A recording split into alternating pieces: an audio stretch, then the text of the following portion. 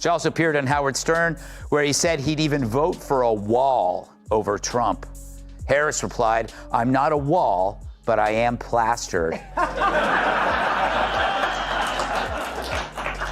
New York Times opinion piece says we should abandon the idea of masculinity.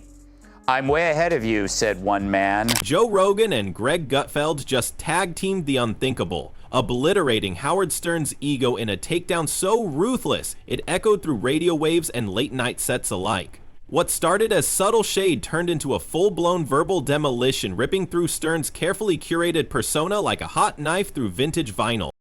No filters, no mercy, just two cultural juggernauts exposing the king of shock jock radio as a hollow relic, grasping for relevance in a world that's long since moved on.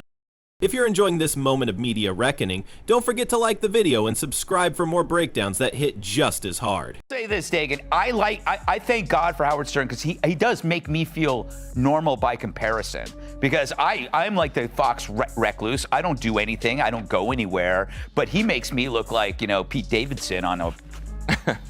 Yeah. He's a germaphobe. Like, his wife rescues cats. That's her job, apparently, her thing. But you can get toxoplasmosis. That's true. Cryptosporidiosis. AIDS. And no, you can't. No, you can't get. No, you can't. But you can get. I mean, what are the chances I get that again? Because he had the affair with Jessica Hahn, right, who was the secretary, the hot secretary, and Jessica Hahn wound up Sam Kinison, and they had. I forgot about that. Yeah. They had a terrible breakup. They would talk shit about each other on Howard Stern. What do you think of what Howard's become recently? Well, he's the only person I know who's gone, other than Penn maybe, who's gone from being red-pilled to blue-pilled. That's a spectacle, not just a takedown. This was a Category 5 ego hurricane aimed directly at the last remaining hairs on Stern's heavily curated head. If Howard thought he was still the king of edgy radio, Joe and Greg just handed him a mirror and said, "Look again, your majesty." The crown's plastic and the throne's been repossessed. It all began like a slow boil. Joe Rogan, that effortlessly alpha podcast juggernaut who can dissect quantum physics one minute and elk hunting the next, decided he'd had enough of Stern's latest lecture tour. But that's how Stern can call snacking with celebs at a fancy restaurant exhausting. Exhausting. Like he finished the overnight shift in a coal mine, or hearing Kat talk about her pets. Fair. But I get it, life is tough, especially when you've been cut off from the world for 2 years in a $20 million beach house. I mean, you have no idea how tiring it is walking all the way from the wine cellar to the tennis court and back. Do I sound jealous? Yes. Look, what he did, I mean, look, people to this day, they make fun of Howard Stern because of who he is now and the way he behaves now. That guy's the man. He was the pioneer. When he was the king of all media, and he was telling everybody to suck his dick, and the FCC was going after him, the government was fining him. Yeah. They were fining his businesses millions of dollars. Yeah. And he was out there doing wild shit on the radio. He was putting a Klansman on with Young Thug. Now he's woke. If you're enjoying this video, please make sure to subscribe to the channel and hit the bell icon.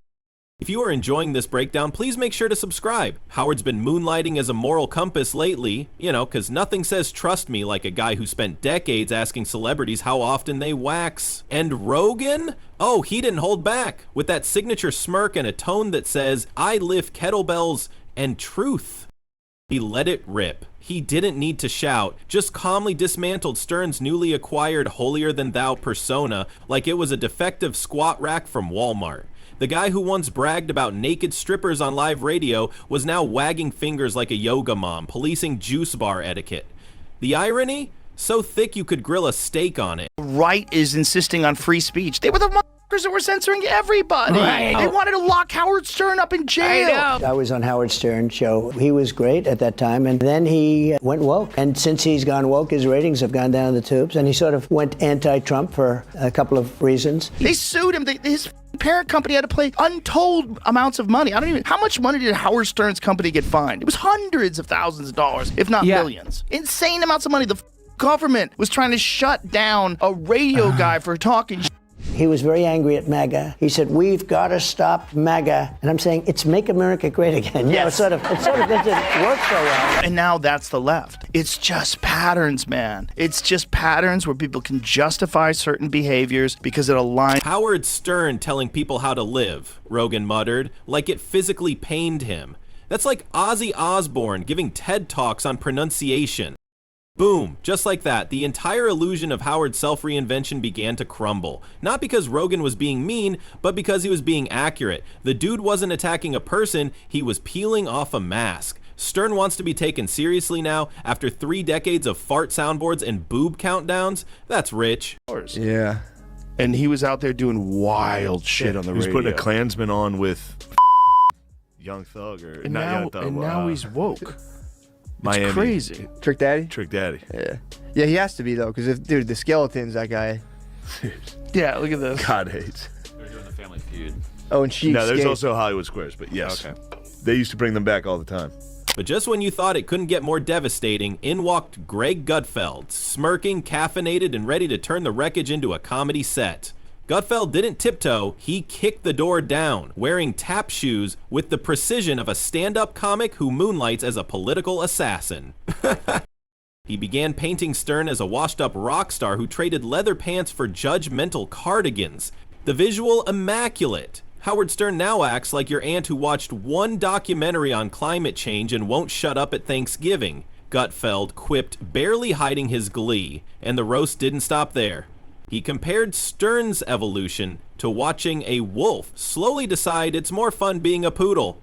Same fur, none of the bite, all bark. And instead of howling at the moon, he's scolding it for cultural insensitivity. The crowd losing it. And not just with laughter, with relief. Because finally, someone had the guts to call out what everyone's been thinking. Stern, once the rebel voice of a generation, had turned into a parody of himself. A man so desperate for legacy points, he's willing to rewrite his entire history with a Sharpie and a prayer. Rogan continued twisting the knife, with that signature intellectualism meets bar brawl tone. There's nothing in Stern's previous career that could withstand this modern witch hunt that he now embraces. So this is a form of restitution. Maybe he says, if I'm woke too, the crocodile will eat me last, but they always do eat. But I get it. He flipped from populist to elitist because now he's with elitists. He's living in the Hamptons. What would the Stern of now think of the Stern of before? He broke down how Stern went from fighting censorship to becoming it. How the man who once railed against corporate overlords was now sipping oat milk lattes with them at corporate retreats. He's gone from flipping the bird to the establishment to applying for its internship.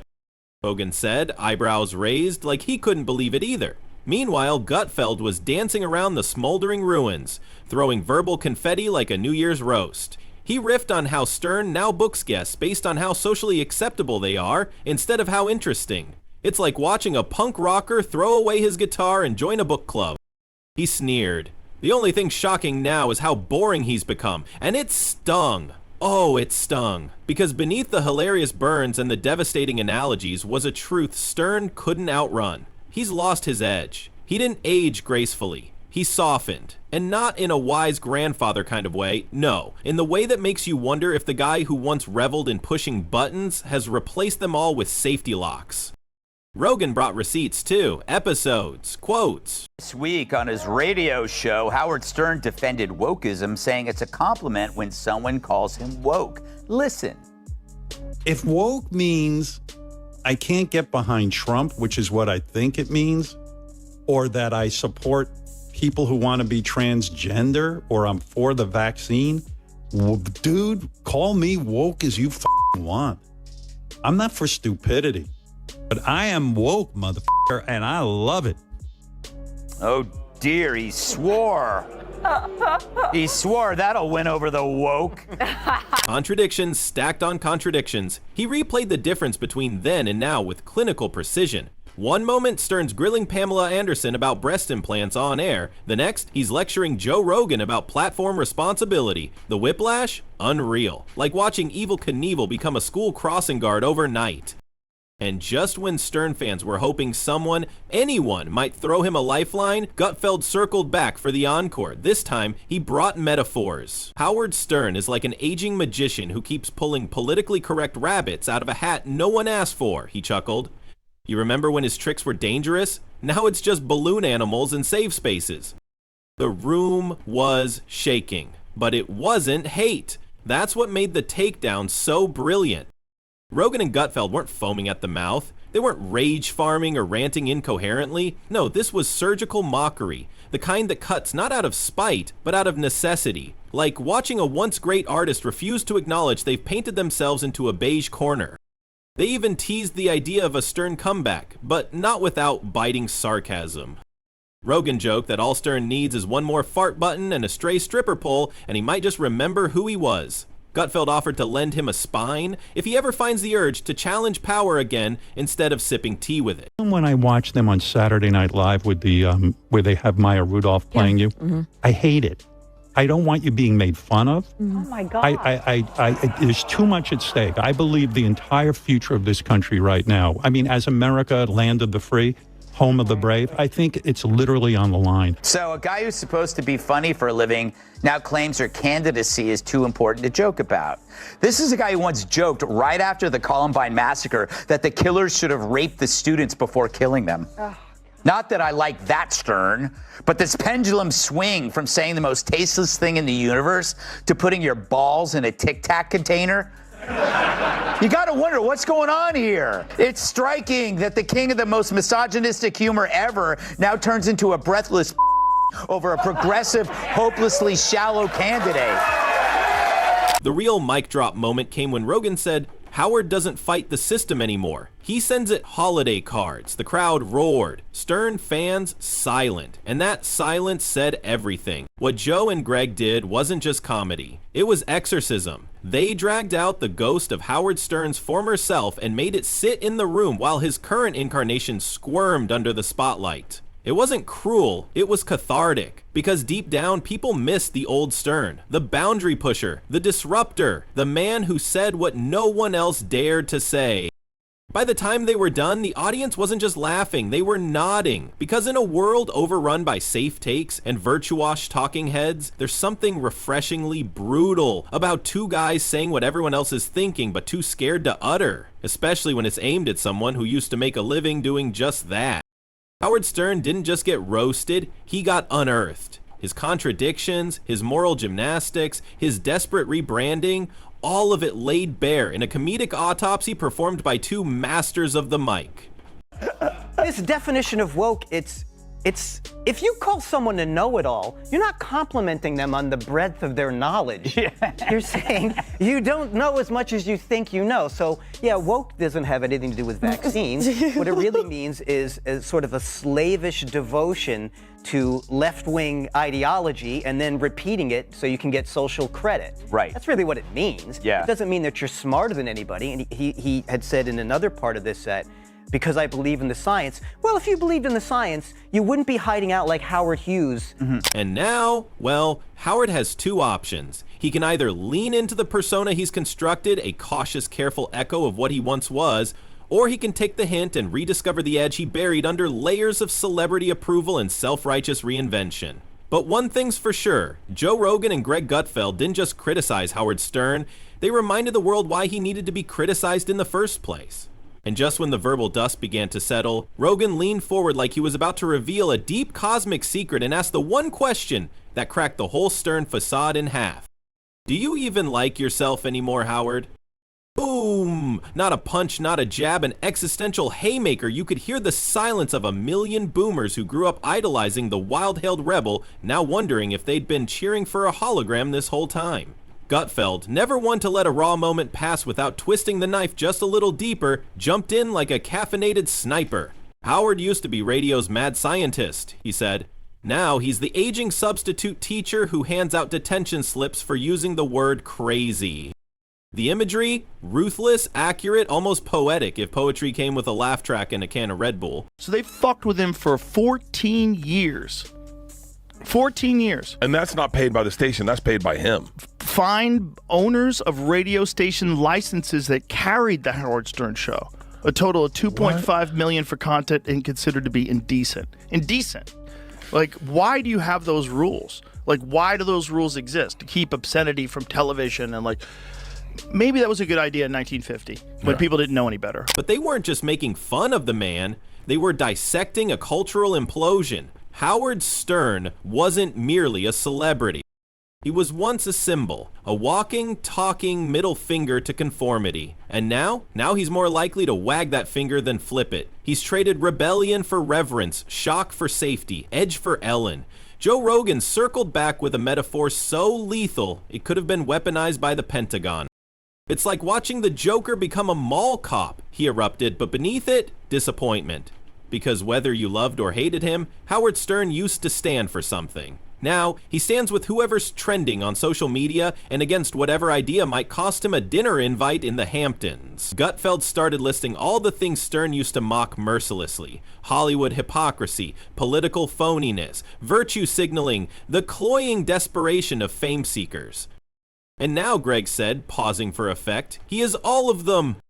Combined, you could practically hear Howard's old soundboard trying to power itself back on out of sheer shame. But then came the kicker. The part of the roast that stung more than any joke ever could. Big thing. Do they still call it Sirius XM? Still Sirius XM, and I've heard that it's Howard's money. Yeah, but he has so much. Well, first of all, Howard. if he leaves, they're Oh yeah, because that's like how many subscribers? Yeah. will bail when that guy leaves. dude. I did Howard Stern show 3 months ago, and I thought he wasn't in the room. But the way they have that set up is you really believe he's in the room, like almost like a hologram. They tricked you. Dude, I was talking to Howard Stern, but he was in Long Island or wherever he was, Florida, and I was in this. Rogan and Gutfeld weren't just calling Stern out, they were inviting him back with every insult, every jab, every devastating metaphor. There was an undertone of challenge, a whisper beneath the satire saying, come back to the fire, be dangerous again. Say something real, because in the end, what they mourned wasn't the fall of a man, it was the erasure of a voice that once dared to speak the raw, unfiltered truth, no matter how ugly, uncomfortable, or off limits. A voice that didn't care about sponsors or tweets or how many retweets came from blue-check therapists on Instagram. Now that voice is buried under layers of publicists, carefully worded statements, and an approval rating curated like a Pinterest board. Gutfeld leaned back, his smirk fully weaponized. Howard Stern didn't evolve, he said. He got neutered by fame, by fear, by the same machine he once shattered with a single sentence. And Rogan delivered the eulogy calmly, clearly with a sense of melancholy that somehow hit harder than all the barbs combined. You can't call yourself the king of anything, he said, when the only thing you challenge now is your assistant's coffee order. Silence. Then laughter, but not the carefree kind. The laughter of people who just watched a legacy get packed into a storage unit. But Rogan wasn't done. He painted a final haunting image.